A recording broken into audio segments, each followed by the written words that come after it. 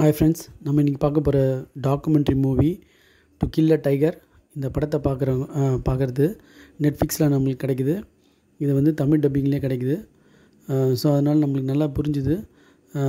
பார்க்குறவங்களுக்கும் பேரண்ட்ஸுக்கும் நல்லா புரியும்.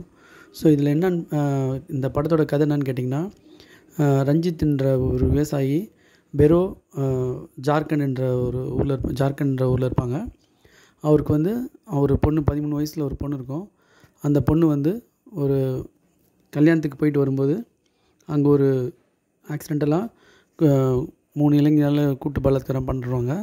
ஸோ அந்த 3 பேருக்கு இந்த தந்தையால் தண்டனை வாங்கி கொடுக்கப்பட்டதா, அப்படி இல்லாமல் அவங்க தப்பிச்சிட்டாங்களா அப்படின்னு தான் படத்தோட கதை.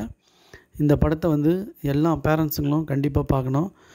பெண் குழந்தை, ஆண் குழந்தை, எல்லா குழந்தை யார் இருந்தாலும் பேரண்ட்ஸுக்கு வந்து உன்னிப்பாக இந்த ஆவணத்தை பார்க்கணுன்றது என்னோடய பதிவு. இதில் பார்த்திங்கன்னா, ஒரு பெண் குழந்தையும் நம்ம ரொம்ப பாதுகாப்பாக வச்சுக்கணும் எப்போவுமே அப்படின்றது தான்.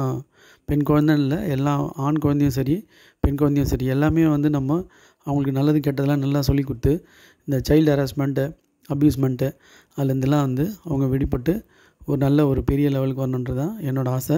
இந்த படம் ஃபஸ்ட் நான் பார்க்கும்போது டு கில் அ டைகர் அப்படின்னோடனே ஏதோ புலியை பற்றி படம் போகுது அப்படின்னு நினச்சிக்கினேன். ஆனால் அப்புறம் பார்த்திங்கன்னா இதோட கதையுமே வேறு. அண்ட் இதை வந்து டைரக்ட் பண்ணுறது நிஷா பஹூஜா.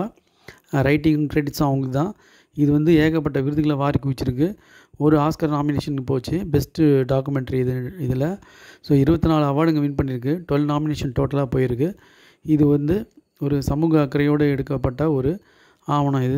இது எல்லாருமே வந்து கண்டிப்பாக ஒரு கவனத்தை செலுத்தணும் இந்த மேலே, இந்த ஆவண படத்து மேலே. இன்னொரு இது பார்த்திங்கன்னா, படிக்காமல் அந்த பின்தங்கிய கிராமத்தில் அந்த பிரோன்ற இடத்துல எப்படி அவங்க வந்து அந்த நீதி கிடச்சிது அவங்களுக்கு. அந்த சட்ட அதிகாரியாக இருக்கட்டும், சட்டத்துறையாக இருக்கட்டும், அதில் இருந்த வக்கீல்களாக இருக்கட்டும், அதை வந்து ரொம்ப அழகாக அது வந்து ஹேண்டில் பண்ணியிருப்பாங்க. இதுலேருந்து வந்து அந்த ஊர் தலைவர்கிட்டலாம் போய் கேட்கும்போது ரொம்ப அலட்சியமாக பேசுவாங்கன்றதெல்லாம் அப்படியே நேரடியாக வந்து அவங்க இன்டர்வியூ எடுத்திருக்காங்க. அந்த சீன்லாம் ரொம்ப மனதுக்கு ரொம்ப கஷ்டமாக இருந்தது.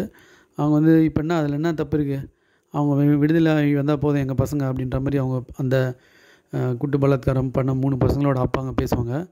அதெல்லாம் வந்து ரொம்ப பார்க்குறதுக்கே ரொம்ப அருவருப்பாக கூட இருந்தது. ஸோ இது வந்து ஒரு நம்ம தமிழ்நாட்டுக்கு தேவையான, நம்ம எல்லாருக்குமே, நம்ம இந்தியான்னு சொல்லக்கூடாது, எல்லா தரப்பான மக்களுக்கும் தேவையான ஒரு ஆவணப்படம், முக்கியமான ஆவணப்படம். இந்த நிஷா பஹூஜான்றவங்க நிறைய அவார்ட்ஸ் ஏர்ன் பண்ணது, அது ஒரு குறிப்பிடத்தக்க ஒரு விஷயம். ஸோ இது வந்து மஸ்ட் வாட்சபிள் ஆவணப்படம். அதனால தான் இந்த படத்தை பார்த்தேன். நான் ஆக்சிடென்டலாக தான் பார்த்தேன். இந்த படத்தை பார்த்து உடனே ரிவ்யூ பண்ணுறேன். வீடியோ பிடிச்சிருந்துன்னா சப்ஸ்கிரைப் பண்ணுங்கள், ஷேர் பண்ணுங்கள். நான் நிறைய வீடியோஸ் வந்து அப்டேட் போட்டுருக்கேன். தொடர்ந்து எனக்கு ஆதரவு தரணும். Thanks friends.